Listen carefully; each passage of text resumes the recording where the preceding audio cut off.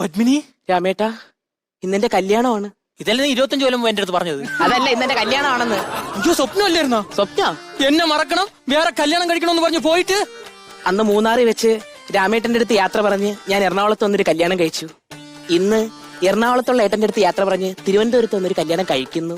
Travelling vlog എന്ന് കേട്ടിട്ടുണ്ട്, ആദ്യമായിട്ടാണ് ട്രാവലിംഗ് മാരേജ്. ഈ കല്യാണത്തിന് യാത്ര പറയാൻ വന്നേണോ? അല്ല, ഞങ്ങളുടെ കല്യാണം ഇവിടെ വെച്ചാ നടക്കാൻ പോകുന്നേ. ഏട്ടൻ വരാൻ താമസിക്കുക, അതുകൊണ്ട് വെയിറ്റ് ചെയ്യാ. അപ്പൊ ആദ്യത്തെ ഭർത്താവ്? അയാളെ കുറിച്ച് എന്റെ അടുത്ത് പറയരുത്. അയാൾ എനിക്ക് ഇഷ്ടമല്ല. ഞാൻ അയാളെ ഡിവോഴ്സ് ചെയ്തു. എന്തിന്? അതൊരു വലിയ കഥയാ. അയാൾ എന്നെ കല്യാണം കഴിച്ച കഥ നിങ്ങൾക്ക് അറിയണോ? അറിയണോ? എനിക്കറിയണ്ട. ഞാൻ കഷ്ടപ്പെട്ട് ബുദ്ധിമുട്ടി ജീവിച്ചു തീർത്ത ജീവിതം അതെന്താണ് നിങ്ങൾക്ക് അറിയണോ? അറിയണോ? എനിക്കറിയണ്ട. കല്യാണത്തിന്റെ ആദ്യ രാത്രിയിൽ അയാൾ എന്റെ അടുത്ത് എന്താ ചെയ്തത് നിങ്ങൾക്ക് അറിയണോ? അതെനിക്കറിയണം. എന്റെ സ്വർണ്ണം എല്ലാം കൊണ്ട് പണയം വെച്ചു. അതായിരുന്നു, അത് അറിയണ്ടേ.